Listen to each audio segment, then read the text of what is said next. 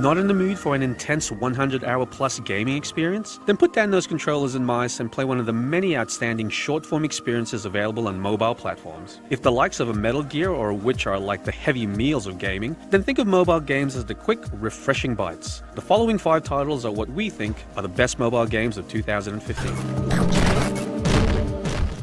Lara Croft Go shares the same branding as the popular Hitman Go from 2014, but the two games have only surface-level similarities. Yes, movement is still a board game-like single space at a time, but where Hitman rewarded efficiency in moves, Lara Croft Go's puzzles require much more looping, roundabout methods to avoid the game's many deadly traps. The game is a wonderful exercise in planning and problem-solving, and when it comes time to execute, you better have quick reflexes to avoid any unexpected hurdles thrown your way.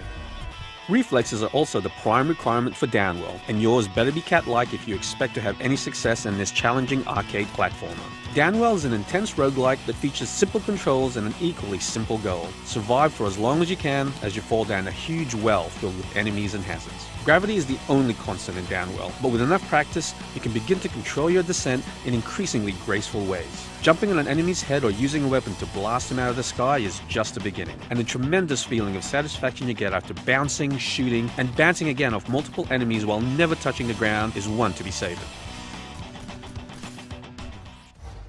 Defying gravity is also a key component of Alto's adventure, although instead of a dark cavern, this game's setting is a picturesque mountainside where you're continually snowboarding downhill. Endless runners are commonplace on mobile, but Alto transcends its competitors thanks to intriguing mechanics that mix pure speed with a variety of impressive tricks. Plus, the game is a visual and aural delight. Snowboarding at dusk while the light fades on the mountain is a joyous experience, and the mood the soundtrack imparts helps elevate Alto's adventure above others in a crowded genre.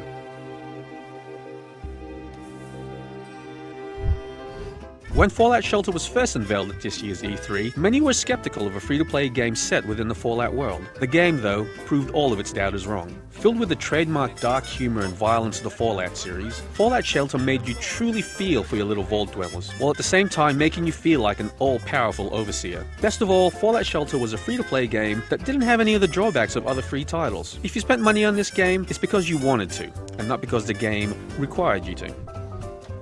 Neko Atsume is an intensely quirky title that is more than a little strange, but don't let that put you off from trying it. Describing the game only adds to its aura of weirdness. Your goal in the game is to simply attract cats to your home. You can place different items in your backyard to attract different types of cats.